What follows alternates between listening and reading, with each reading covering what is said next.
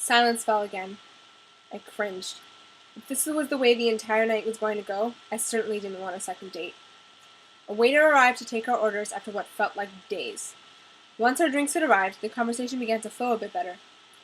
"How many siblings do you have?" he asked, taking a sip of his drink. "Two sisters. Dina, she's 13, and Ariella, she's 16. And my brother Shlomo's 18. What about you?" "Four brothers. Chaim, Eli, Davi, and Chani, ages 7 to 17, and one sister, Tiffy. She's 26. "And what did you say your mom did?" I asked. "I didn't. My mother's a nurse at a hospital in Brooklyn, and my father's a lawyer." "Right," I answered. "What about your parents?" he asked. The toughest question. I knew he would have to ask it eventually. "My dad is the co-manager at my uncle's store," I said. "His brother?" he asked briskly. "My mother's brother," I answered. "Aren't your parents divorced?" he asked bluntly. I looked him in the eye. "Yes." "Your father co-manages his ex-brother-in-law's store? Doesn't that cause difficulty with your mother?" I racked my brain for a way to casually explain that my mother was out of the picture in the lives of both families.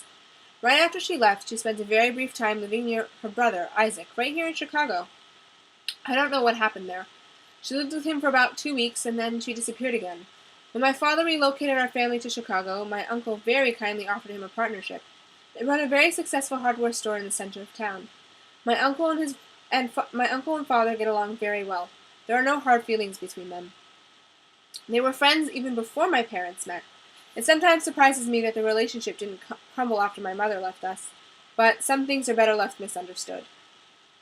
After a few moments of brainstorming, I came up with an answer that I realized shortly after sounded absolutely ridiculous. My mother isn't really around much," I answered uncomfortably. "Oh, she doesn't live in Chicago?" Aaron was not at fault. How could he have known that my mother had lost her marbles and disappeared when I was a child? Still, the constant stream of questions was beginning to play with my nerves. "Nope, I haven't seen her in a while," I admitted. Only after the words escaped my lips did I realize what a mistake that was. "A while?" "I haven't seen her since the divorce." He scrunched his forehead. "Since the divorce? How old were you when they divorced?" "8." He stared at me blankly, his mouth agape. "You mean to tell me that you haven't seen your mother in all this time?" A look of utter disbelief spread across his face like wildfire. I already jumped to the conclusion that, at the end of the date, Aaron would very politely drop me off and immediately call the shopwoman and tell her that there was no way in the world that he would go out with me. Not for all the money in the world. I could hear the conversation playing in my head as I stared at the empty expression in the face of the man before me. "How could you set me up with someone from a broken home? Don't you know who my father is? All for a broken engagement, you have to set me up with a girl whose family belongs in the loony bin?" When he finally spoke, I was shocked. I had built a wall of tension and distress in the few moments of silence that had followed his last remark. Suddenly, that wall came crumbling down. "Wow, Ella," he said, I had no idea. I'm really sorry for the long string of questions. I didn't realize it was a sore spot." He meant it. I smiled. He took another sip of his drink and studied me. "Do you miss her?" I thought about that for a moment, trying to muster up memories of my mother in which there was something to miss. "I don't really remember her, to be honest with you," I admitted. "I remember pain, emptiness, regret, but those were not things to miss. And anyway, you can't miss something when it's still so deeply attached to you." A series of awkward, silent moments followed. Neither of us was sure how to navigate, even though there was a certain amount of ground that needed to be covered before the end of the date. Our date ended the way it began, in silence. We finished our drinks and he drove me home, clearing his throat several times as if to pose a question which he never asked. I was almost positive that I had blown my chances at a second date, although thinking back on it now, I can't remember wanting one. I was comfortable with the fact that I had tried it out, but that he just wasn't the right fit and that he wasn't what I was looking for. When the chaplain called me the next day, I was shocked. Her voice filled with excitement and bliss, she told me that he wanted to go out on a second date. "You must have made one heck of an impression on him," she said brightly. "You're kidding, Molly." "I thought I'd totally ruined my chances," I gasped. "Well, he liked you very much. He's in town for another week before he heads back to New York. When do you want me to set up a second date?" she asked. "I can try and find out if he's available tonight." "Anything is fine with me," I answered, dazed. What kind of alternative reality had I stepped into? I knew the date would determine everything, though because of the way things had gone, I wasn't even sure I wanted a second date. My father reassured me that it would be a good idea to give it another chance, just in case I changed my mind. I was almost positive that I wouldn't, but I was wrong. Our second date was much less awkward and more relaxed. It took place 3 days later, and both of us had had time to adjust and refresh. When he picked me up, I was much more comfortable and at ease. "Hello, stranger," he said, smiling, his smile radiating when I slipped into the car. "Well, hello to you too," I chirped. "How have you been?" "Oh, I've been great." "Shall we go?" he asked. "Sure," I said. Where are we going?" I asked, timidly. "You'll see." I sighed, faking annoyance, and rolled my eyes. He looked at me.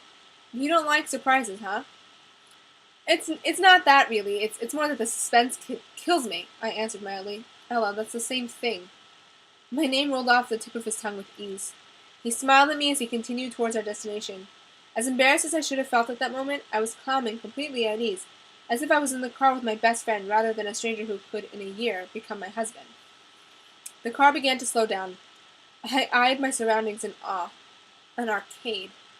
"We're here," he announced, excited. I could tell that he had put effort into planning it, just from the look of pride on his face.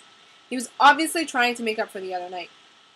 "We're here," I answered after him in a monotone. I felt my eyes sink. An arcade? For a date?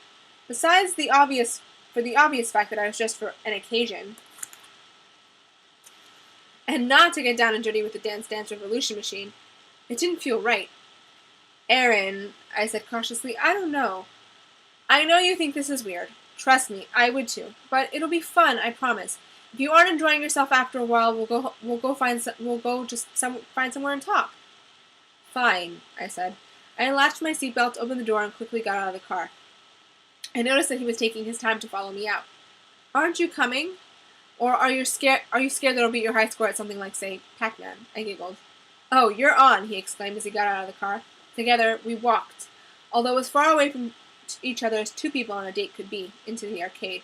My high heels clicked loudly on the uneven pavement when we made our way across the lot. I looked down at my outfit. A black sequin dress, very, very high red heels, my hair tied up in a bun, and enough makeup on my face to pass practically for a clown. This was definitely not my thing, and right away my mind began to play with me.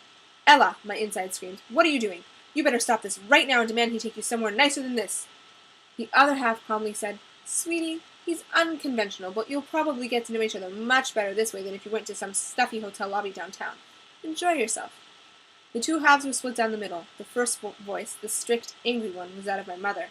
The second one, loving, calm, was that of my father. I decided to continue the date exactly as he had planned it. He opened the door for me, and together we entered another world. "So, what first?" "Air hockey?" he offered. "Sure," I said. "Ella, if you want to go somewhere else where we can just talk, I don't mind," he said. I considered that for a moment. We could go back to another hotel and talk for 3 hours, or we could play video games and loosen up a bit. No, we can stay. I just hope you can keep up." "Ha, confident are we?" he smirked. "Let's just say I have practice when it comes to video games." "You're on," he laughed. "I'd like to see you beat me, at least once." I spun around and headed to the air hockey table. 6.5 rounds later, a champion was declared. Me. I put all my force into the game, to the point that I'd broke into a sweat. Aaron didn't try as hard the first 2 times, as if he wanted to lose on purpose. Eventually, he caught on to the fact that I wasn't kidding. We had attracted a crowd of onlookers to cheer us on as we smashed the puck from side to side. At one point, I had taken my heels off to continue. By the end of the 7th round, I was exhausted. "Should we take a break?" he asked, panting and trying to hide his disappointment in losing for the 7th time. "I'm good to keep going. Unless, of course, you're tired," I taunted him. "Me? Tired? Never," he replied, obviously out of breath. "How about we take a walk outside? That way we'll be able to talk and you'll be able to get some fresh air." "Ella, I'm fine," he said. "Really? You look like you could use a massage. Did you sprain anything?" "Ha, very funny." "Sorry, I'm kind of a sore winner," I apologized. Nah, it's fine. Let's go," he agreed. His walk was stiff and almost practiced. Powerful. Suddenly, the Aaron Harris from the air hockey table had disappeared, and the serious, stiff Aaron Harris from the hotel lounge had taken his place. He walked ahead of me and did not wait for me before he left the building. I'd barely managed to strap my shoes back on before following him quickly out the door.